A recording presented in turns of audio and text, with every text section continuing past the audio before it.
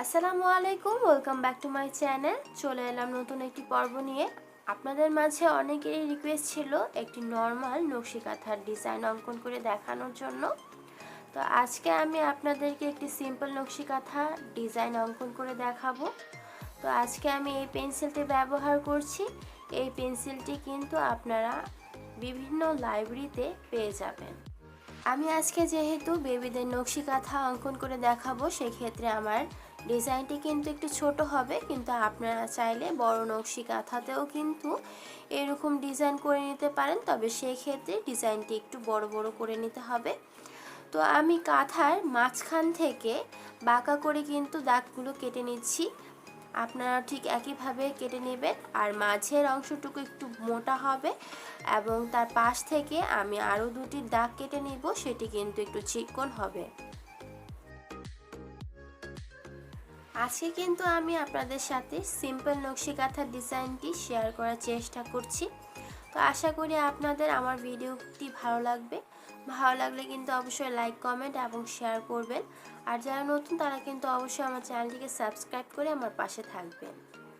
আর যারা already subscribe করেছেন তাদেরকে জানাচ্ছি অসংখ্য ধন্যবাদ। আর আপনাদের যদি কোনো ধরনের রিকোয়েস্ট থাকে তাহলে আপনারা কিন্তু অবশ্যই আমাকে কমেন্ট করে জানাবেন। আমি কিন্তু আপনাদের রিকোয়েস্টটি রাখার চেষ্টা করব। আর আপনারা যদি আমার সাথে যোগাযোগ করতে চান তাহলে আমার ফেসবুক আইডির লিংক আমি ডিসক্রিপশন বক্সে দিয়ে দিয়েছি, সেখান থেকে আমার সাথে যোগাযোগ করে নেবেন।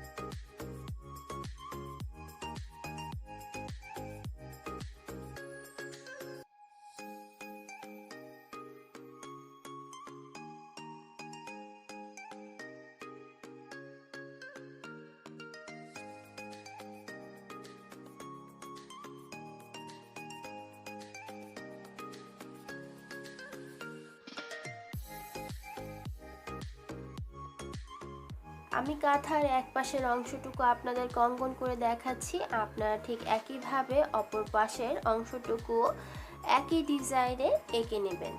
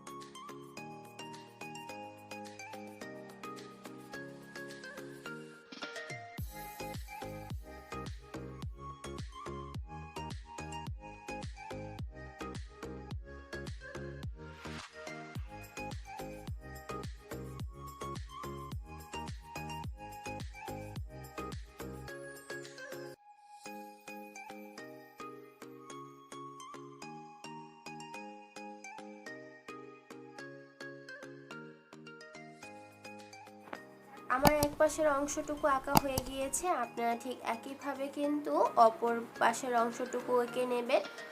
এঁকে নেওয়া হয়ে গিয়েছে আমার পুরো কাঁথাটি। আপনাদের জন্য আমি কিন্তু সম্পূর্ণ ডিজাইনটি আরও একবার আপনাদের সাথে শেয়ার করছি।